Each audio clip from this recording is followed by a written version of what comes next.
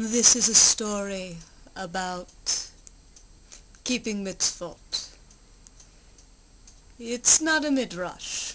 You won't find it in a collection. It's a story from my life. It's about my first day at a synagogue. Now, no one ever wakes up and thinks, "It's Saturday morning. I guess I'd like to go thrust myself in the midst of 200 people." No. You go to a synagogue for the first time when your life has changed. If you've never lived in an observant Jewish home, and you've never had a Jewish community, and actually you are not so good on the social skills, and you've been building your Jewish life out of books, learning from books, living through books, the first time you go into a synagogue, your life has changed and is changing radically. That was my position. I, in my mid-30s, was what is euphemistically called shy, in the sense that we sometimes use the word shy as a euphemism for we'll do without food rather than going to the grocery store to deal with people more than once every 2 weeks. I was very shy, and it was very important that I finally go to a synagogue. I knew where there was a synagogue because there was one across from the library. It had a sign. Shabbat services start at 9:30 Saturday mornings.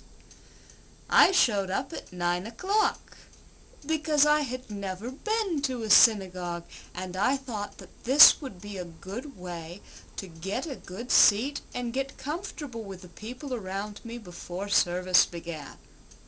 So there I was, sitting alone in an empty lobby at 9:01, at 9:05, at 9:10, at 9:11, the bar mitzvah family arrived. They did not even see me.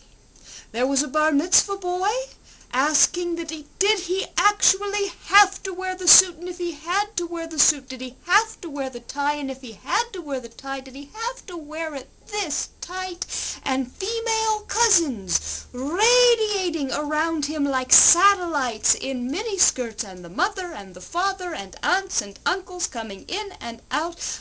I was invisible, and I could see that these people were busy, because you don't have to have been to a synagogue to know from a bar mitzvah when you see one. I waited. Just the family. Just the family. Just the family. 9:25, the rest of the world came in the doors, and I was still invisible. Everyone was greeting the family. Everyone was going to their places. I didn't know one end of the building from another. I kept sitting there. My hands were shaking. I looked at the clock, and I promised myself 10 more minutes. If that clock reaches 9:37 and no one has made eye contact with me, I can go. I have tried. I will have done my best.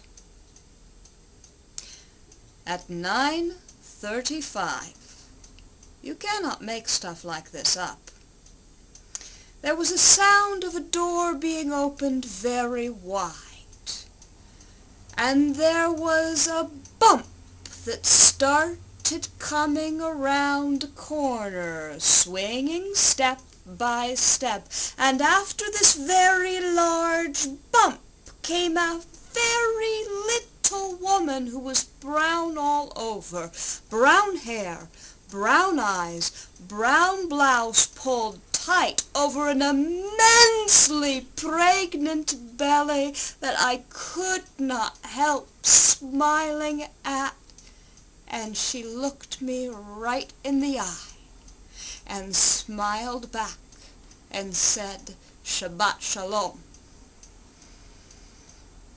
And I thought, well, here I am. 10 minutes late, people start to funnel into the sanctuary. And I get up, and I walk the way everyone else is walking, and there's that same brown woman who looks at me and smiles and shakes my hand and says, "Do you know, we have a learner's minion class happening right now downstairs. They're just starting." And I went downstairs, and I learned about the Shema. When it was time to come back up, the class was timed to end right before the Torah procession. And the teacher asked if there was anyone who was completely new to the synagogue and would like someone to sit with. That would be me. So there I was with my new mentor and my Siddur and my Eitz Chaim and my transliteration and a creaky little folding chair way at the back because it's a bar mitzvah and all of the seats are full. And as I'm juggling these and trying to follow what's happening around, there's a certain stillness. Everyone's standing up. I'm getting my balance. People are coming forward. The doors at the great thingamajiggy on top of the woo-woo at the front of the synagogue are being pulled open, and there's the little woman in brown with the immensely pregnant belly coming up the steps. And the woman who was kind enough to volunteer to sit with me squeezes my arm and says, "That's our rabbi. She's going to have twins in 3 weeks." And I started crying. And at the end of service, when everyone was funneling back out of the sanctuary, there was a little brown woman who appeared and looked me right in the eye and said, "You must stay for our Kiddush lunch." The next Rosh Hashanah, I was speaking from the Bima at that synagogue about the importance of being a welcoming committee. The High Holy Day after that, I was Darshan Yonah at that synagogue. My chuppah was at that synagogue during one of our city's worst snowstorms. 100 people that I had not known 16 months before came out to my chuppah in the middle of the snow. I know the moment my life was saved. It's the easiest thing in the world to save a life. It just takes the time to look someone in the eye and make them visible. What's very unusual is that my rabbi knows that she saved a life that day. She saved my Jewish life. She knows because I told her. Most of the time, day in and day out, we will never know what lives we save. Pekuach Nefesh is not only the greatest of the mitzvot, it is the easiest of the mitzvot. Never fail to be vigilant. Every day has the opportunity to save someone's life.